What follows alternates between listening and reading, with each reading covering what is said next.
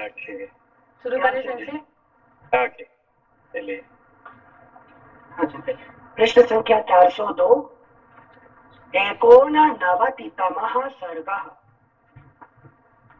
भरत का सेना सहित गंगा पार करके भरद्वाज के आश्रम पर जाना। श्रृंगवेरपुर में ही गंगा के तट पर रात्रि बिताकर रघुकुल नंदन भरत प्रातः काल उठे और शत्रुघ्न से इस प्रकार बोले। अगला पृष्ठ 403। शत्रुघ्न, उठो, क्या सो रहे हो? तुम्हारा कल्याण हो। तुम निषाद राज गुह को शीघ्र बुला लाओ, वही हमें गंगा के पार उतारेगा। उनसे इस प्रकार प्रेरित होने पर शत्रुघ्न ने कहा, भैया, मैं भी आपकी ही भांति आर्य श्री राम का चिंतन करता हुआ जाग रहा हूँ, सोता नहीं हूँ। वे दोनों पुरुष सिंह जब इस प्रकार परस्पर बातचीत कर रहे थे, उसी समय गुह उपयुक्त वेला में आ पहुंचा और हाथ जोड़कर बोला, काकुत्स्थ कुलभूषण भरत जी, इस नदी के तट पर आप रात में सुख से रहे हैं ना? सेना सहित आपको यहाँ कोई कष्ट तो नहीं हुआ है? आप सर्वथा निरोग हैं ना? गुह के स्नेह पूर्वक कहे गए इस वचन को सुनकर श्री राम के अधीन रहने वाले भरत ने यूं कहा, बुद्धिमान निषाद राज, हम सब लोगों की रात बड़े सुख से बीती है। तुमने हमारा बड़ा सत्कार किया। अब ऐसी व्यवस्था करो जिससे तुम्हारे मल्लाह बहुत सी नौकाओं द्वारा हमें गंगा के पार उतार दें। भरत का यह आदेश सुनकर गुह तुरंत अपने नगर में गया और भाई बंधुओं से बोला, उठो, जागो, सदा तुम्हारा कल्याण हो। नौकाओं को खींचकर घाट पर ले आओ। भरत की सेना को गंगा जी के पार उतारूंगा। गुह के इस प्रकार कहने पर अपने राजा की आज्ञा से सभी मल्लाह शीघ्र ही उठ खड़े हुए और चारों ओर से 500 नौकाएं एकत्र कर लाए। इन सबके अतिरिक्त कुछ स्वस्तिक नाम से प्रसिद्ध नौकाएं थीं, जो स्वस्तिक के चिन्हों से अलंकृत होने के कारण उन्हीं चिन्हों से पहचानी जाती थीं। उन पर ऐसी पताकाएं फहरा रही थीं जिनमें बड़ी बड़ी घंटियां लटक रही थीं। स्वर्ण आदि के बने हुए चित्रों से उन नौकाओं की विशेष शोभा हो रही थी। उनमें नौका खेने के लिए बहुत से डांग लगे हुए थे तथा चतुर नाविक उन्हें चलाने के लिए तैयार बैठे थे। वे सभी नौकाएं बड़ी मजबूत बनी थीं। उन्हीं में से एक कल्याणमयी नाव गुह स्वयं लेकर आया, जिसमें श्वेत कालीन बिछे हुए थे तथा उस स्वस्तिक नाम वाली नाव पर मांगलिक शब्द हो रहा था। उस पर सबसे पहले पुरोहित, गुरु और ब्राह्मण बैठे। तत्पश्चात उस पर भरत, महाबली शत्रुघ्न, कौसल्या, सुमित्रा, कैकेयी तथा राजा दशरथ की जो अन्य रानियां थीं, वे सब सवार हुई। तदनंतर राज परिवार की दूसरी स्त्रियां बैठीं। गाड़ियां तथा क्रय विक्रय की सामग्रियां दूसरी दूसरी नावों पर लादी गईं। कुछ सैनिक बड़ी बड़ी मशालें जलाकर, फुटनोट, यहाँ आवा समाधिपयताम का अर्थ कुछ टीकाकारों ने यह किया है कि वे अपने आवास स्थान में आग लगाने लगे। आवश्यक वस्तुओं को लाद लेने के बाद जो मामूली झोंपड़े और नगण्य वस्तुएं शेष रह जाती हैं, उनमें छावनी उखाड़ते समय आग लगा देना, यह सेना का धर्म बताया गया है। इसके दो रहस्य हैं। किसी शत्रु पक्षीय व्यक्ति के लिए अपना कोई निशान न छोड़ना, यह सैनिक नीति है। दूसरा यह है कि इस तरह आग लगाकर जाने से विजय लक्ष्मी की प्राप्ति होती है, ऐसा उनका परंपरागत विश्वास है। श्लोक संख्या 15। कुछ सैनिक बड़ी समझ में आया ये बात को? जैसे जो मूव करने के टाइम पर सैनिक जो जला देते हैं, तो एक तो रहस्य का बताया कि शत्रु पक्ष को ज्ञान ना हो उसका। दूसरा वाला जो विजय लक्ष्मी के लिए बोला, वो समझ नहीं आया, शब्द रूप में ले लिया सिर्फ। अब ये अग्नि भगवान को आप दे देंगे, है कि नहीं?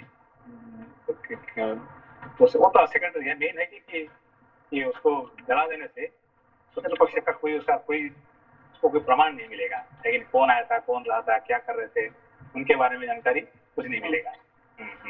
नहीं तो वहां से पता चल जाएगा कि क्या खाए थे, क्या पिए थे, क्या ये किए, है कि नहीं? तो उसे पता चल जाएगा उनको, शत्रुओं को।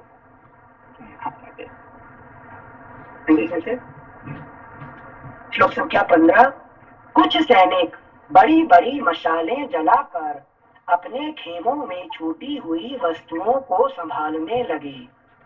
कुछ लोग शीघ्रता पूर्वक घाट पर उतरने लगे तथा बहुत से सैनिक अपने अपने सामान को यह मेरा है, यह मेरा है, इस तरह पहचान कर उठाने लगे। उस समय जो महान कोलाहल मचा, वह अगला पृष्ठ 404, वह आकाश में गूंज उठा। उन सभी नावों पर पताकाएं फहरा रही थीं। सबके ऊपर खेने वाले कई मल्लाह बैठे थे। वे सब नौकाएं उस समय चढ़े हुए मनुष्यों को तीव्र गति से पार ले जाने लगीं।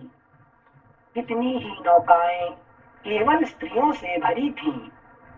कुछ नावों पर घोड़े थे तथा कुछ नौकाएं गाड़ियों, उनमें जोते जाने वाले घोड़े, खच्चर, बैल आदि वाहनों तथा बहुमूल्य रत्न आदि को ढो रही थीं। वे दूसरे तट पर पहुंचकर वहां लोगों को उतार कर जब लौटी, उस समय मल्लाह बंधु जल में उनकी विचित्र गतियों का प्रदर्शन करने लगे। वैजयंती पताकाओं से सुशोभित होने वाले हाथी महावतों से प्रेरित होकर स्वयं ही नदी पार करने लगे। उस समय वे पंखधारी पर्वतों के समान प्रतीत होते थे। कितने ही मनुष्य नावों पर बैठे थे और कितने ही बांस तथा तिनकों से बने हुए बेड़ों पर सवार थे। कुछ लोग बड़े बड़े कलशों, कुछ छोटे घड़ों और कुछ अपनी बाहुओं से ही तैरकर पार हो रहे थे। इस प्रकार मल्लाहों की सहायता से वह सारी पवित्र सेना गंगा के पार उतारी गई। फिर वह स्वयं मैत्र फुटनोट 2-2 घड़ी दंड का एक मुहूर्त होता है। दिन में कुल 15 मुहूर्त बीतते हैं। इनमें से तीसरे मुहूर्त को मैत्र कहते हैं। बृहस्पति ने 15 मुहूर्तों के नाम इस प्रकार गिनाए हैं: रौद्र, सार्प, मैत्र, पैत्र, वासव, आप्य, वैश्व, ब्राह्म, प्राज, प्राज, ईश, ईश, ऐन्द्र, ऐन्द्राग्न, नैऋत, वारुणार्यमण तथा भगी, जैसा कि वचन है। रौद्रः सार्पस्तथा मैत्रः, पैत्रो वासव एव च, आप्यो वैश्वस्तथा ब्राह्मः, राजेशैन्द्रास्तथैव च, ऐन्द्राग्नो नैऋतश्चैव, वारुणार्यमणो भगी, एतेन्हि क्रमशो ज्ञेया मुहूर्ता दश पश्च।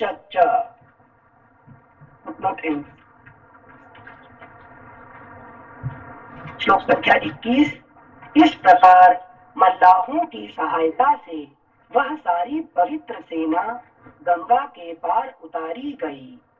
फिर वह स्वयं मैत्र नामक मुहूर्त में उत्तम प्रयाग वन की ओर प्रस्थित हो गई। कहते जो मुहूर्त चालू होता है, जो ब्राह्म मुहूर्त बोलते हैं, और सवेरे की जो सुबह की बेला होती है, वो तब से 1 2 3 4 5 6 7 8वां मुहूर्त हुआ ना फिर ब्राह्म। अच्छा, तो मतलब वहां से स्टार्टिंग नहीं होता है ब्राह्म मुहूर्त से, स्टार्टिंग रौद्र से बता रहे फर्स्ट नंबर 1। हाँ, तो उनका जो टाइमिंग होता है ना, ये कहाँ से शुरू, जैसे कि आपने अभी जैसे अपना क्या कहते हैं, घड़ी का जो टाइम कहाँ शुरू होता है, रात को मिडनाइट शुरू होता है। तो इस तरह से जो कैलकुलेशन है वो कहाँ से शुरू होता है, उसी के हिसाब से ये सब भी पड़ता है। ठीक है ना। इस प्रकार मतलब जो मैत्र मुहूर्त में बताया, मतलब वो रात्रि को ही निकल पड़े थे जो क्रॉस कर रहे हैं गंगा जी को। फिर वह स्वयं मैत्र नामक मुहूर्त में उत्तम प्रयाग वन की ओर प्रस्थित हो गई।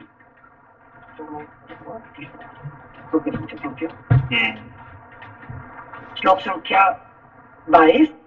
वहां पहुंचकर महात्मा भरत सेना को सुख पूर्वक विश्राम की आज्ञा दे उसे प्रयाग वन में ठहरा कर स्वयं ऋत्विजों तथा राजसभा के सदस्यों के साथ ऋषि श्रेष्ठ भरद्वाज का दर्शन करने के लिए गए। देव पुरोहित महात्मा ब्राह्मण भरद्वाज मुनि के आश्रम पर पहुंचकर भरत ने उन विप्र शिरोमणि के रमणीय एवं विशाल वन को देखा, जो मनोहर पर्णशालाओं तथा वृक्षावलियों से सुशोभित था। इस प्रकार श्री वाल्मीकि निर्मित आर्ष रामायण आदि काव्य के अयोध्या कांड में 89वां सर्ग पूरा हुआ।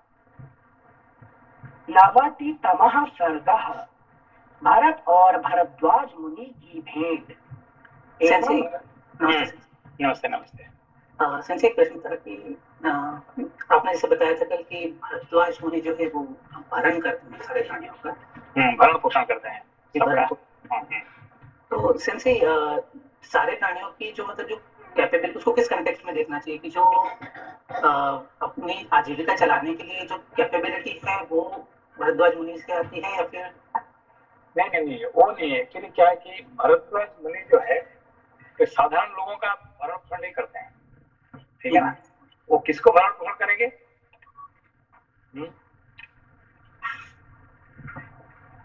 जो मोक्ष मार्ग में जाता है, जो ज्ञान के लिए जा रहा है, जो धर्म के लिए जा रहे हैं, उनके लिए वो भरण पोषण कर रहे हैं। कोई साधारण जो मजदूर करता है उसको भरण पोषण क्या करना है वहां पे? ठीक है ना। तो अभी कौन आ रहे हैं? अभी भरत आ रहे हैं। तो भरत के साथ और कौन आ रहे हैं? पूरी सेना है संजय, उनके साथ पूरा सेना है कि नहीं? तो सेना जो नॉर्मली वो क्यों काम करते हैं? आप तनख्वाह के लिए काम, तो नौकरी कर रहे हैं, लेकिन उनको तो कोई धर्म से मतलब नहीं है, वो नौकरी कर रहे हैं। ठीक है ना। तो जो भी उनका दो पैसा देगा तो उनके लिए काम करेंगे। ठीक है ना। तो मगर आज जो है, आज वो सेना साधारण नौकरी के लिए नहीं आ रही, वो राम जी को ढूंढने के लिए भरत का सहायक करके बन के आए हैं और जंगल में आ रहे हैं। ठीक है ना। तो ये क्या हुआ है एक तरह का धर्म काम पे वो आए हैं। कौन? सेना। अच्छा। नॉर्मली क्या करते हैं, नॉर्मली जाके अड़ोस पड़ोस में किसी से लड़ना ये करना है कि नहीं, वो तो उनका रेगुलर काम है।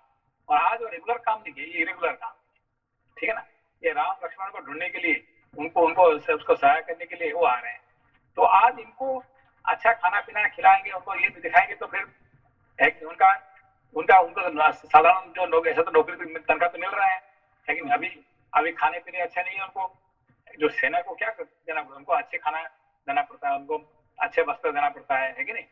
तो अभी जो यहाँ जंगल में आ रहे हैं, खाना अच्छा नहीं मिलेगा, वस्त्र अच्छा नहीं मिलेगा उनको, लेकिन एंटरटेन नहीं मिलेगा। तो ये सब क्या ये भारद्वाज मुनि उनको वो देंगे उनको, ठीक है ना। अच्छा। हाँ अभी बड़ा इंटरेस्टिंग, बड़ा आप देखिए ये जो चैप्टर है ना बहुत इंटरेस्टिंग है, सुन लीजिए इसको, ठीक है ना। भारद्वाज जी क्या कर रहे हैं देखिए।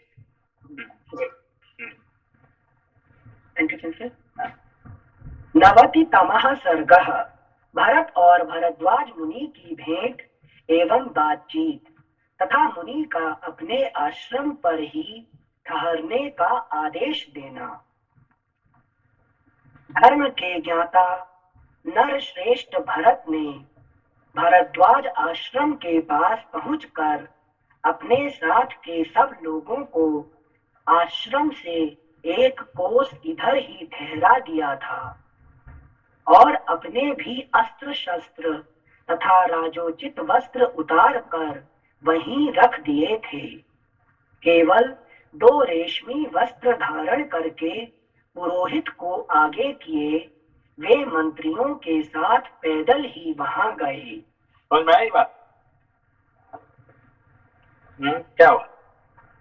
मतलब जब गुरु के पास, जहाँ भरद्वाज ऋषि के पास जा रहे हैं, तो वो ऊंची पोजीशन पर हैं, उसमें राजा के रूप में जाएंगे तो ऋषि को सम्मान करना पड़ेगा कि मेरे यहाँ का राजा आया है। वो यहाँ पर उस भावना में जा रहे हैं कि मैं आपके यहाँ मिलने आया हूँ, तो मुझे अवसर दें सेवा का, मतलब आप ऋषि हैं, आप राजा के रूप में ना देखें मुझे। तो सारा बस देखिए उन्होंने क्या किए, भरत जी क्या किए कि 2 किलोमीटर, एक को मतलब 2 किलोमीटर दूर से अपना सेना का सारे जो है फौज को वहीं पे सब वहां पे रुकवा दिए, है कि नहीं। तो साथ में किसको लेके गए? पुरोहित है, पुरोहित जी को। हाँ, वशिष्ठ जी को, बाकी जो पुरोहित लोगों को, फिर कुछ मंत्रियों को लेके पैदल गए। वहां से घोड़े से नहीं बैठे, रथ से नहीं गए, वहां से पैदल गए। सारे अस्त्र शस्त्र वहीं रख दिए, रखे जा रहे हैं, लेकिन क्योंकि ऋषि को मिलने के लिए जा रहे हैं, ठीक है ना। यहाँ पे एक समझ ली कोशिश करिए यहाँ पे, ठीक है। Thank you sir. अगला पृष्ठ 405। आश्रम में प्रवेश करके जहां दूर से ही मुनिवर भरद्वाज का दर्शन होने लगा, वहीं उन्होंने उन मंत्रियों को खड़ा कर दिया और पुरोहित वशिष्ठ जी को आगे करके वे पीछे पीछे ऋषि के पास गए। मंत्रियों को भी वहीं छोड़ दिए, ठीक है ना। श्री वशिष्ठ जी को साथ में लेके वो गए वहां पे, ठीक है ना।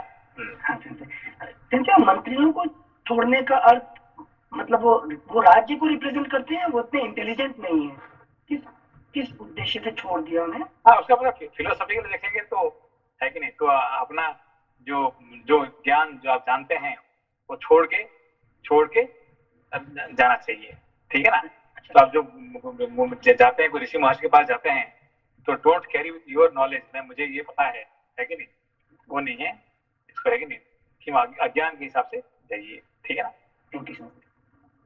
श्लोक संख्या 4। महर्षि वशिष्ठ को देखते ही महातपस्वी भरद्वाज आसन से उठ खड़े हुए और शिष्यों से शीघ्रता पूर्वक अर्घ्य ले आने को कहा। फिर वे वशिष्ठ से मिले। तत्पश्चात भरत ने उनके चरणों में प्रणाम किया। महातेजस्वी भरद्वाज समझ गए कि ये राजा दशरथ के पुत्र हैं। धर्मज्ञ ऋषि ने क्रमशः वशिष्ठ और भरत को अर्घ्य, पाद्य तथा फल आदि निवेदन करके उन दोनों के कुल का कुशल समाचार पूछा। इसके बाद अयोध्या, सेना, खजाना, मित्र वर्ग तथा मंत्रिमंडल का हाल पूछा। राजा दशरथ की मृत्यु का वृत्तांत वे जानते थे, इसलिए उनके विषय में उन्होंने कुछ नहीं पूछा। वशिष्ठ और भरत ने भी महर्षि के शरीर, अग्निहोत्र, शिष्य वर्ग, पेड़ पत्ते तथा मृग पक्षी आदि का कुशल समाचार पूछा। जैसे श्लोक संख्या 7 और 8। 7 में भरद्वाज जी पूछ रहे हैं अयोध्या, सेना, खजाना, मित्र वर्ग, मंत्रिमंडल।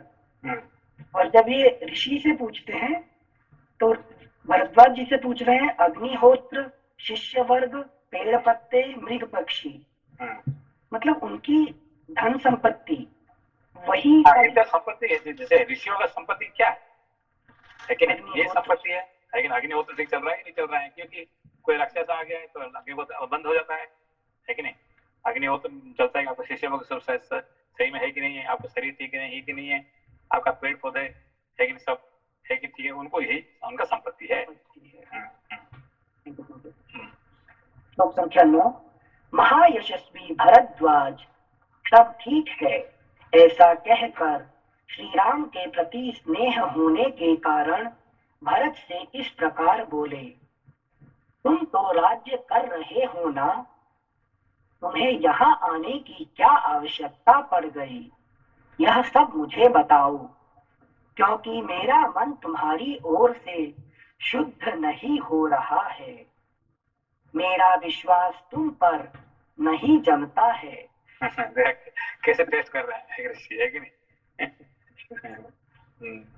जो शत्रुओं का नाश करने वाला है, जिस आनंदवर्धक पुत्र को कौशल्या ने जन्म दिया है, तथा तुम्हारे पिता ने स्त्री के कारण जिस महायशस्वी पुत्र को 14 वर्षों तक वन में रहने की आज्ञा देकर उसे भाई और पत्नी के साथ दीर्घ काल के लिए वन में भेज दिया है, उस निरपराध श्री राम और उसके छोटे भाई लक्ष्मण का तुम अकंटक राज्य भोगने की इच्छा से कोई अनिष्ट तो नहीं करना चाहते हो। भरद्वाज जी के ऐसा कहने पर दुख के कारण भरत की आंखें दबदबा आईं।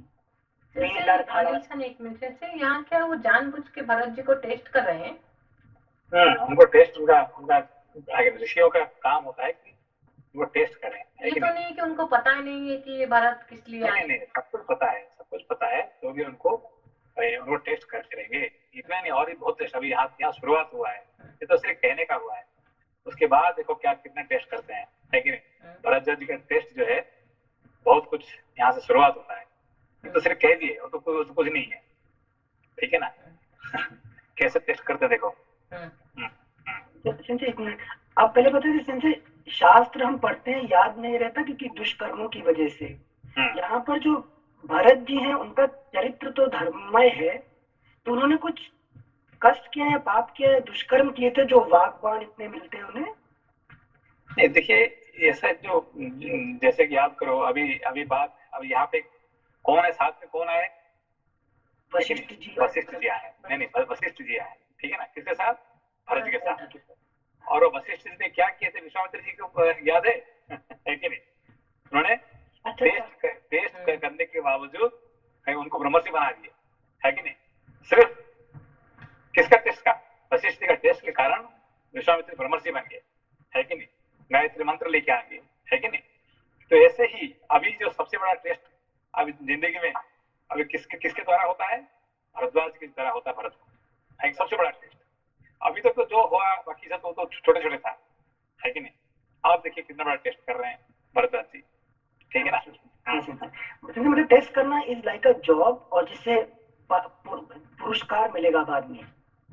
ये पुरस्कार मिलता है ना। जैसे कि आप देखिए ये विश्वामित्र जी पहले क्या हुआ, पास नहीं कर पाए, है कि नहीं। तो बहुत सारे टेस्ट करते करते करते भरत जी के लिए है कि नहीं वो टाइम थोड़ा शॉर्ट था, है कि नहीं। श्लोक संख्या 14। भरद्वाज जी के ऐसा कहने पर दुख के कारण भरत की आंखें दबदबा आई। वे लड़खड़ाती हुई वाणी में उनसे इस प्रकार बोले, भगवन, यदि आप पूज्यपाद महर्षि भी मुझे ऐसा समझते हैं, तब तो मैं हर तरह से मारा गया। यह मैं निश्चित रूप से जानता हूँ कि श्री राम के वनवास में मेरी ओर से कोई अपराध नहीं हुआ है। अतः आप मुझसे ऐसी कठोर बात ना कहें। मेरी आड़ लेकर मेरी माता ने जो कुछ कहा या किया है, यह मुझे अभीष्ट नहीं है। मैं इससे संतुष्ट नहीं हूँ। देखिए एक पास हो गए, उन्होंने गुस्सा नहीं हुए, है कि नहीं। उन्होंने कहा कि मुझे शर्मिंदा होना पड़ रहा है कि ये बात जो हुआ है मेरे माँ की वजह से, है कि नहीं। उन्होंने ना गुस्से हुए हैं ना कुछ वहां से, अब है कि नहीं कोई ये नहीं दिखाए। तो यहाँ पे एक पास हो गए, है कि नहीं। उनका वाकबान से वो जीत गए भारत जी, ठीक है ना। Thank you sir. श्लोक संख्या 16। मेरी आड़ लेकर मेरी माता ने जो कुछ कहा या किया है, यह मुझे अभीष्ट नहीं है। मैं इससे संतुष्ट नहीं हूँ और न माता की उस बात को स्वीकार ही करता हूँ। मैं तो उन पुरुष सिंह श्री राम को प्रसन्न करके अयोध्या में लौटा लाने और उनके चरणों की वंदना करने के लिए जा रहा हूँ। इसी उद्देश्य से मैं यहाँ आया हूँ। ऐसा समझकर आपको मुझ पर कृपा करनी चाहिए। भगवान, आप मुझे बताइए कि इस समय महाराज श्री राम कहाँ हैं? जब उन्होंने देखा, भरद्वाज जी देखे साथ में वशिष्ठ जी आए हैं, तो वशिष्ठ थोड़ी आने वाले ऐसे, है कि नहीं। तो उनके साथ में आए तो वो साथ में लेके आए, इसका मतलब वो निरपराध है, जानते हैं। तो भी उनका काम होता है उनको परीक्षा करने का, है कि नहीं। इसीलिए वहां से वशिष्ठ जी थोड़े दूर हो जाते हैं थोड़ा से, है कि नहीं। अच्छा। श्लोक संख्या 19। इसके बाद वशिष्ठ आदि ऋत्विजों ने भी यह प्रार्थना की कि भरत का कोई अपराध नहीं है, आप इन पर प्रसन्न हो। तब भगवान भरद्वाज ने प्रसन्न होकर भरत से कहा, अगला पृष्ठ 406। पुरुष सिंह, तुम रघुकुल में उत्पन्न हुए हो। तुम में गुरुजनों की सेवा, इंद्रिय संयम तथा श्रेष्ठ पुरुषों के अनुसरण का भाव होना उचित ही है। तुम्हारे मन में जो बात है उसे मैं जानता हूँ, तथापि मैंने इसलिए पूछा है कि तुम्हारा यह भाव और भी दृढ़ हो जाए तथा तुम्हारी कीर्ति का अधिकाधिक विस्तार हो। मैं सीता और लक्ष्मण सहित धर्मज्ञ श्री राम का पता जानता हूँ। ये तुम्हारे भ्राता श्री रामचंद्र महापर्वत चित्रकूट पर निवास करते हैं। अब कल तुम उस स्थान की यात्रा करना। आज अपने मंत्रियों के साथ इस आश्रम में ही रहो। महाबुद्धिमान भरत, तुम मेरी इस अभीष्ट वस्तु को देने में समर्थ हो, अतः मेरी यह अभिलाषा पूर्ण करो। तब जिनके स्वरूप एवं स्वभाव का परिचय मिल गया था, उन उदार दृष्टि वाले भरत ने तथास्तु कहकर मुनि की आज्ञा शिरोधार्य की तथा उन राजकुमार ने उस समय रात को उस आश्रम में ही निवास करने का विचार किया। इस प्रकार श्री वाल्मीकि निर्मित आर्ष रामायण आदि काव्य के अयोध्या कांड में 90वां सर्ग पूरा हुआ। 91तमः सर्गः। भरद्वाज मुनि के द्वारा सेना सहित भरत का दिव्य सत्कार। जब भरत ने उस आश्रम में ही निवास एक मिनट सेंसे, अभी अभी जो मॉडर्न इसमें है, वो इंडिया का जो मानचित्र में है, तो अयोध्या से भरद्वाज की आश्रम है इलाहाबाद में, तो इन्होंने अयोध्या से आके इलाहाबाद आके फिर इलाहाबाद से चित्रकूट गए, इलाहाबाद नहीं, प्रयाग, सॉरी प्रयागराज। प्रयागराज, तो प्रयागराज में फिर वहां से वो चित्रकूट गए थे। तो मतलब कि ये जो भरद्वाज मुनि का जो आश्रम है जो प्रयागराज में, तो वो है चित्रकूट और अयोध्या के बीच में अभी का जो मैं जैसे हम लोग गए थे वही हाँ, वही मैं आपके साथ जो गया था वही मैं बोल रही हूँ कि नाम अयोध्या से आके नंदीग्राम आए, फिर नंदीग्राम से प्रयागराज आए, वहाँ भरद्वाज आश्रम दर्शन करके फिर हम वही प्रयाग में रुक के अगले दिन चित्रकूट गए थे, तो वही मैंने पूछा आपको ये थैंक यू। एकनवतितमः सर्गः। भरद्वाज मुनि के द्वारा सेना सहित भरत का दिव्य सत्कार। जब भरत ने उस आश्रम में ही निवास का दृढ़ निश्चय कर लिया, तब मुनि ने कैकेयी कुमार भरत को अपना आतिथ्य ग्रहण करने के लिए न्योता दिया। यह सुनकर भरत ने उनसे कहा, मुने, वन में जैसा आतिथ्य सत्कार संभव है वह तो आप पाद्य, अर्घ्य और फल मूल आदि देकर कर ही चुके। उनके ऐसा कहने पर भरद्वाज जी भरत से हंसते हुए से बोले, भरत, मैं जानता हूँ मेरे प्रति तुम्हारा प्रेम है, अतः मैं तुम्हें जो कुछ दूंगा उसी से तुम संतुष्ट हो जाओगे।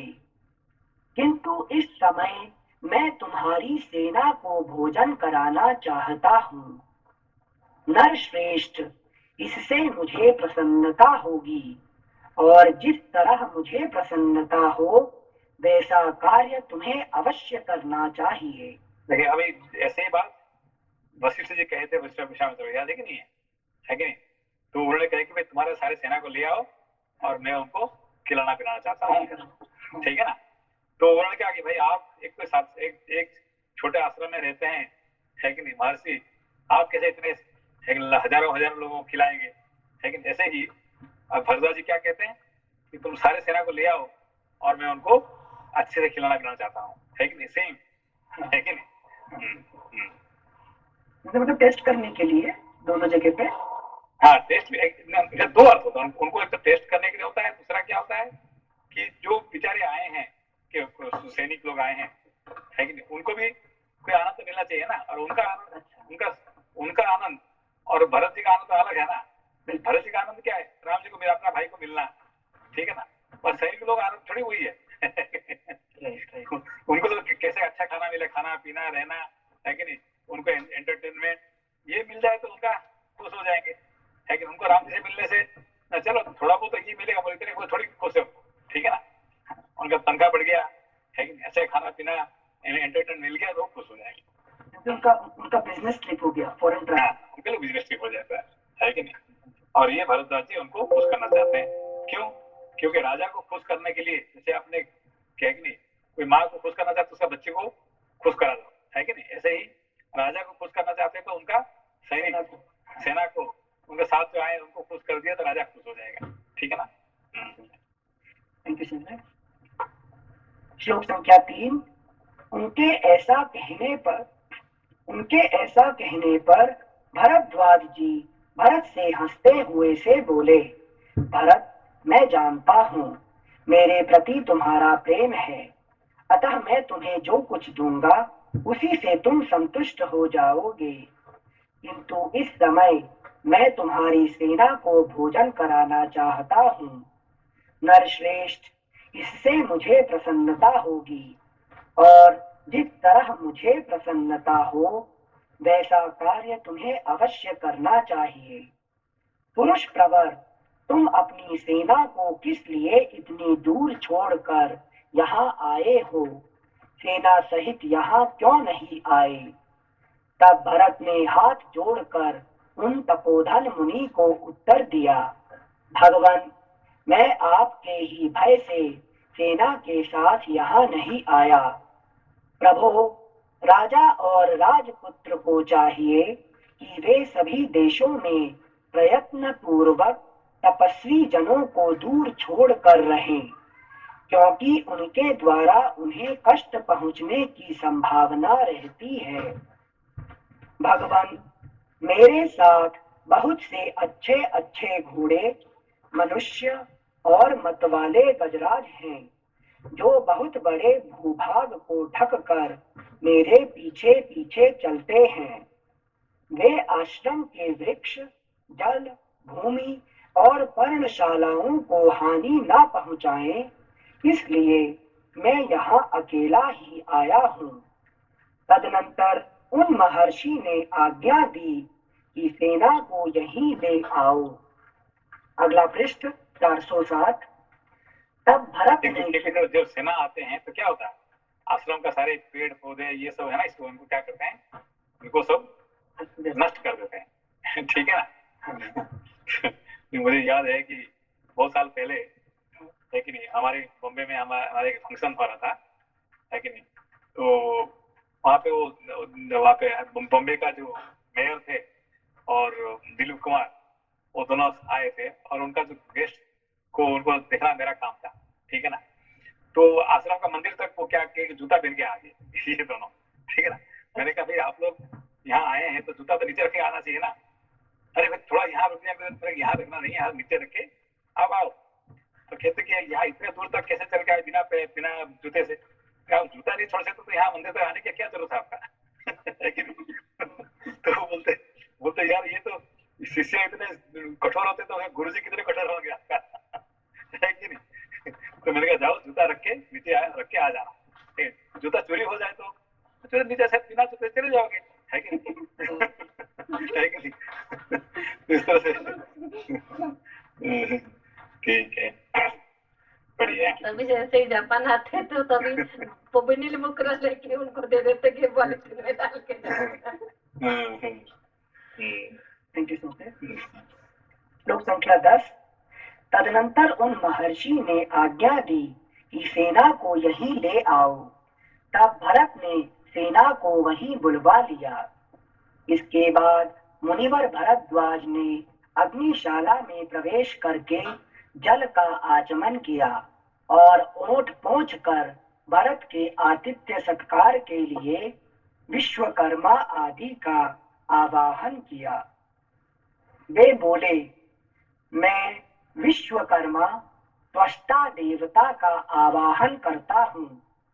मेरे मन में सेना सहित भरत का आतिथ्य सत्कार करने की इच्छा हुई है। क्योंकि विश्वकर्मा और ऐसे सारे को नहीं बुलाएंगे तो इनका कौन दिखेगा उनका। है कि नहीं। इनका रहने के लिए घर चाहिए, उनको खाने पीने उनको सब चाहिए। तो है कि नहीं। ये सब वो सब है कि नहीं, उनको बुलाते हैं। ठीक है ना। मुझे पढ़ के पता लग रहा है जीवन खपा दिया सैलरी कमा के खाने के लिए। यहाँ भरद्वाज जी है, सेना बहुत बड़ी आ गई है, सिर्फ आवाहन करके सेवा हो जाएगी। यही देखना चाहिए। है कि नहीं। श्लोक संख्या 12। वे बोले, मैं विश्वकर्मा त्वष्टा देवता का आवाहन करता हूँ। मेरे मन में सेना सहित भरत का आतिथ्य सत्कार करने की इच्छा हुई है। इसमें मेरे लिए वे आवश्यक प्रबंध करें। जिनके अगुआ इंद्र हैं, उन 3 लोकपालों का अर्थात इंद्र सहित यम, वरुण और कुबेर नामक देवताओं का मैं आवाहन करता हूँ। इस समय भरत का आतिथ्य सत्कार करना चाहता हूँ। इसमें मेरे लिए वे लोग आवश्यक प्रबंध करें। पृथ्वी और आकाश में जो पूर्व एवं पश्चिम की ओर प्रवाहित होने वाली नदियां हैं, उनका भी मैं आवाहन करता हूँ। वे सब आज यहाँ पधारें। कुछ नदियां मैरेय प्रस्तुत करें, दूसरी अच्छी तरह तैयार की हुई सुरा ले आवें, तथा अन्य नदियां ईख के पोरुओं में होने वाले रस की भांति मधुर एवं शीतल जल तैयार करके रखें। मैं विश्वावसु, हाहा और हूहू आदि देव गंधर्वों का तथा उनके साथ समस्त अप्सराओं का भी आवाहन करता हूँ। घृताची। वैसे 14 में जो लिखा है अंतरिक्ष में जो नदियां प्रवाहित है, तो वैसे पथगामिनी गंगा जैसी है, वो तीनों दिशों में रहती है, जैसी और भी नदियां जो है अंतरिक्ष में भी है, होती है क्या? हाँ, मतलब जो नदी, मतलब यहाँ पे कौन है नदी? हमारे हमारे अंतःकरण में जो चित्त वृत्तियां होते हैं, लेकिन अच्छे वृत्तियां होते हैं, उसको नदी के हिसाब से कहा जाता है, ठीक है ना। तो नदी को इन्वाइट करेंगे, मतलब नदी कैसे आएंगे यहाँ पर आपका जगह पे, है कि नहीं? सारे नदियां कैसे आएंगे आपका वहां पे? और एक नदी तक आती है, सारी नदी को बुलाने की क्या जरूरत है कि नहीं? तो उसका मतलब हमारे अंदर में जो चित्त वृत्तियां, तो अलग अलग मनुष्य का अलग अलग वृत्ति में वो हमको आनंद मिलता है, ठीक है ना। किसको ज्ञान में आनंद होता है, किसको प्रेम में आनंद होता है, किसको भक्ति में आनंद होता है। तो हर मनुष्य एक से आनंद नहीं होते हैं, ठीक है ना। तो सारे वृत्तियां वहां उनको बुलाएंगे तो सब हर मनुष्य का अलग अलग आनंद मिलेगा, ठीक है ना। जी सेंसी, मतलब सभी जो वहां पे सेना है वो सब प्रसन्न हो जाएगी वो वृत्तियों से। हाँ, क्योंकि सारे सेना का जो है सबका बराबर नहीं है, उनका वृत्ति है कि नहीं, कोई कोई किससे आनंद होता है। इसीलिए यहाँ अप्सरा बुलाते हैं। कितने एक अप्सरा, एक रंभा को, एक मेनका को बुलाने से काम नहीं होने वाला। क्यों? कि सबका वृत्ति अलग होने के कारण से सबका अप्सरा भी अलग अलग है, सबका गंधर्व भी अलग अलग है कि नहीं। एक हा हा हु मालूम है ना क्या है? जी सेंसी, ये गंधर्व है। क्या है हा हा हु गंधर्व? सेंसी म्यूजिक जो प्रोड्यूस करते हैं, जो लोगों को हंसाने का काम करते हैं। हाँ, जो हंसते हैं तो आप ना हा हा हा करेंगे, ना हु करेंगे, है कि नहीं। तो इसको हा हा हु, जो कराते हैं उनको क्या है, उनको हा हा गंधर्व, हु गंधर्व उनका कहा जाता है, ठीक है। जो गंधर्व ये आपको आपका अंदर से निकालते हैं, जो हा हा हु, ठीक है ना। Thank you.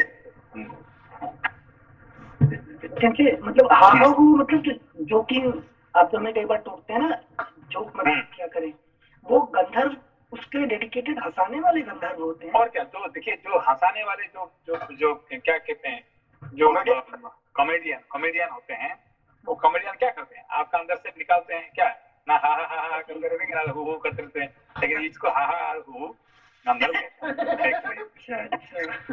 समझे बात को? तो हमेशा दो ही शब्द निकलेगा।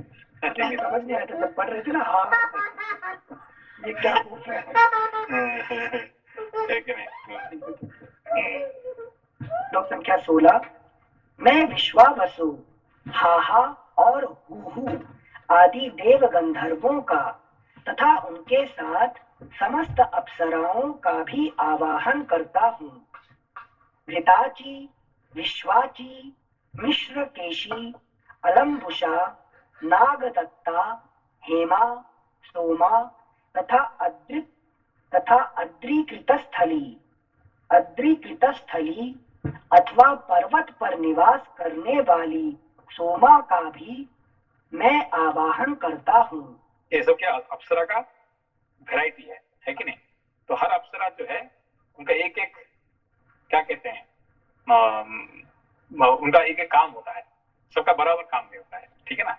कोई गंधर्व के ये क्या कहते हैं, इंद्र के सभा में रहते हैं, कोई वरुण के सभा में रहते हैं, कोई यम की सभा में रहते हैं, है कि नहीं।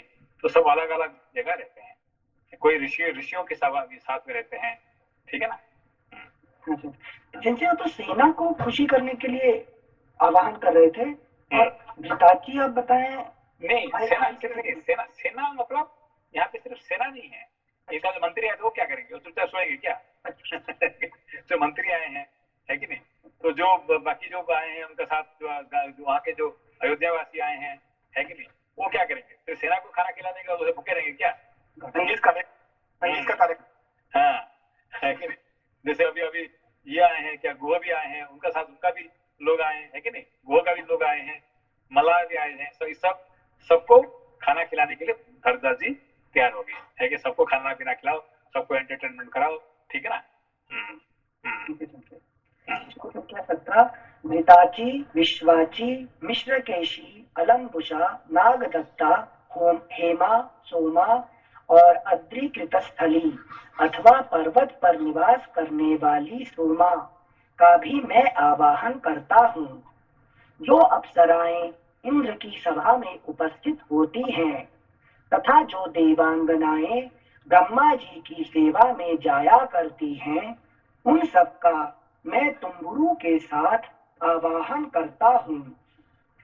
वे अलंकारों तथा नृत्य गीत के लिए अपेक्षित अन्यान्य उपकरणों के साथ यहाँ पधारें। उत्तर कुरु वर्ष में जो दिव्य चैत्र रथ नामक वन है, जिसमें दिव्य वस्त्र और आभूषण ही वृक्षों के पत्ते हैं और दिव्य नारियां ही फल हैं, कुबेर का वह सनातन दिव्य वन यहीं आ जाए। यहाँ भगवान सोम मेरे अतिथियों के लिए उत्तम अन्न, नाना प्रकार के भक्ष्य, भोज्य, लेह्य और चोष्य की प्रचुर मात्रा में व्यवस्था करें। वृक्षों से तुरंत चुने गए नाना प्रकार के पुष्प, मधु आदि पेय पदार्थ तथा नाना प्रकार के फलों के गूदे भी भगवान सोम यहाँ प्रस्तुत करें। इस प्रकार उत्तम व्रत का पालन करने वाले भरद्वाज मुनि ने एकाग्र चित्त और अनुपम तेज से संपन्न हो शिक्षा शास्त्र में बताई गई उच्चारण विधि और व्याकरण शास्त्रोक्त प्रकृति प्रत्यय संबंधी स्वर से युक्त वाणी में उन सबका आवाहन किया। इस तरह आवाहन करके मुनि पूर्वाभिमुख हो हाथ जोड़े मन ही मन ध्यान करने लगे। उनके स्मरण करते ही वे सभी देवता एक एक करके वहां आ पहुंचे। फिर तो वहां मलय और दरदुर नामक पर्वतों का स्पर्श करके बहने वाली अत्यंत प्रिय और सुखदायिनी हवा धीरे धीरे चलने लगी, जो स्पर्श मात्र से शरीर के पसीने को सुखा देने वाली थी। तत्पश्चात मेघगण दिव्य पुष्पों की वर्षा करने लगे। संपूर्ण दिशाओं में देवताओं की दुंदुभियों का मधुर शब्द सुनाई देने लगा। अगला पृष्ठ 408। उत्तम वायु चलने लगी। अप्सराओं के समुदाय का नृत्य होने लगा। देव गंधर्व गाने लगे और सब ओर वीणाओं की स्वर लहरियां फैल गईं। संगीत का वह शब्द पृथ्वी, आकाश तथा प्राणियों के कर्ण कुहरों में प्रविष्ट होकर गूंजने लगा। आरोह अवरोह से युक्त वह शब्द कोमल एवं मधुर था। समताल से विशिष्ट और लय गुण से संपन्न था। इस प्रकार मनुष्यों के कानों को सुख देने वाला वह दिव्य शब्द हो ही रहा था कि भरत की सेना को विश्वकर्मा का निर्माण कौशल दिखाई पड़ा। चारों ओर 5 योजन तक की भूमि समतल हो गई। उस पर नीलम और वैदूर्य मणि के समान नाना प्रकार की घनी घास छा रही थी। स्थान स्थान पर बेल, कैथ, कटहल, आंवला, बिचौरा तथा आम के वृक्ष लगे थे, जो फलों से सुशोभित हो रहे थे। उत्तर कुरु वर्ष से दिव्य भोग सामग्रियों से संपन्न चैत्र रथ नामक वन वहां आ गया। साथ ही वहां की रमणीय नदियां भी आ पहुंची, जो बहुसंख्यक तटवर्ती वृक्षों से घिरी हुई थीं। उज्ज्वल 4 कमरों से युक्त गृह अथवा गृह युक्त चबूतरे तैयार हो गए। हाथी और घोड़ों के रहने के लिए शालाएं बन गईं। अट्टालिकाओं तथा 7 मंजिले महलों से युक्त सुंदर नगर द्वार भी निर्मित हो गए। राज परिवार के लिए बना हुआ सुंदर द्वार से युक्त दिव्य भवन श्वेत बादलों के समान शोभा पा रहा था। उसे सफेद फूलों की मालाओं से सजाया और दिव्य सुगंधित जल से सींचा गया था। वह महल चौकोना तथा बहुत बड़ा था। उसमें संकीर्णता का अनुभव नहीं होता था। उसमें सोने, बैठने और सवारियों के रहने के लिए अलग अलग स्थान थे। वहां सब प्रकार के दिव्य रस, दिव्य भोजन और दिव्य वस्त्र प्रस्तुत थे। सब तरह के अन्न और धुले हुए स्वच्छ पात्र रखे गए थे। उस सुंदर भवन में कहीं बैठने के लिए सब प्रकार के आसन उपस्थित थे और कहीं सोने के लिए सुंदर शैयाएं बिछी थीं। महर्षि भरद्वाज की आज्ञा से कैकेयी पुत्र महाबाहु भरत ने नाना प्रकार के रत्नों से भरे हुए उस महल में प्रवेश किया। उनके साथ साथ पुरोहित और मंत्री भी उसमें गए। उस भवन का निर्माण कौशल देखकर उन सब लोगों को बड़ी प्रसन्नता हुई। उस भवन में भरत ने दिव्य राज्य सिंहासन, चमर और छत्र भी देखे तथा वहां राजा श्री राम की भावना करके मंत्रियों के साथ उन समस्त राजभोग्य वस्तुओं की प्रदक्षिणा की। देखो यहाँ पे जो इन्होंने भरद्वाज जी ने क्या करना चाहते थे? इनको स्वर्ग रूपी सुख का अनुभव करा रहे हैं। जो सेना, जो उनको लगता है कि हम राजमहल में ही सुख पा सकते हैं और भरद्वाज जी जंगल में रहते हैं तो ये सब सुलभ नहीं है, तो वो बता रहे हैं राज्य ये सब तो बहुत छोटी वस्तु है। ये सब तो यहाँ उनका उद्देश्य ये था कि अभी कहाँ जा रहे हैं उन लोग सब? ये राम जी को ढूंढने के लिए जा रहे हैं, दंडकारण्य है कि नहीं, वहां जा रहे हैं। अब यहाँ पे उनको इतने खाने पीने रहने स्वर्ग को यहाँ दिखा देंगे तो उनको जाने का तैयार नहीं होंगे आगे है कि नहीं समझ में आपको? अभी उनको भरमा रहे हैं यहाँ पे, ठीक है ना। तो ये तो अभी क्या होगा, देखिए सारे जो वहाँ सैनिक लोग हैं वो तो यार कहीं आपको कहाँ जाना है, यही रहना है ना, हमको अयोध्या जाना है ना, हम दंडकारण्य जाना है, हम तो यहीं पे रुक जाएंगे, हम कहीं जाने वाले नहीं है आगे, ठीक है ना। तो इस तरह के लोग जो है यहाँ पे मोहित हो जाते हैं, सबको मोह में डालते हैं, ठीक है ना। मगर भरत जो है वो मोह में नहीं फंसते हैं, है कि नहीं। यही सबको मोह में डालते हैं ये भरतराज जी, पूरा स्वर्ग बना दिए यहाँ पे, है कि नहीं। मतलब मेनका आ गई विश्वामित्र जी की। है कि नहीं। एक्चुअली भरद्वाज ने क्या कर दिया यहाँ पे, पूरा स्वर्ग बना दिया यहाँ पे, है कि नहीं। यहाँ पे उनको सब उनके खाना पीना रहना ये सब यहाँ पे कर दिए, आगे जाने का कोई मन ही नहीं करेगा है कि नहीं। उनको तो एक रात के लिए रहना था ना, उनको नेक्स्ट डे उनको जाना है, तो एक रात यहाँ रहने के बाद कौन जाएगा, जाना चाहता है आगे, है कि नहीं। तो राम जी को मारो गोली, यही मेरा रुक जाएगा, है कि नहीं। ये इंटरेस्टिंग है, ये सबसे इंटरेस्टिंग चैप्टर है ये है कि नहीं। सिंधु जब जन्म लिए थे हम तो भी हम भी राम के लिए निकले थे ना, और जिनकी यात्रा में आप फंस गए, यही बात स्वर्ग में है कि नहीं। ठीक है ना। श्लोक संख्या 39। सिंहासन पर श्री रामचंद्र जी महाराज विराजमान है, ऐसी धारणा बनाकर उन्होंने श्री राम को प्रणाम किया और उस सिंहासन की भी पूजा की। फिर अपने हाथ में चंवर ले वे मंत्री के आसन पर जा बैठे।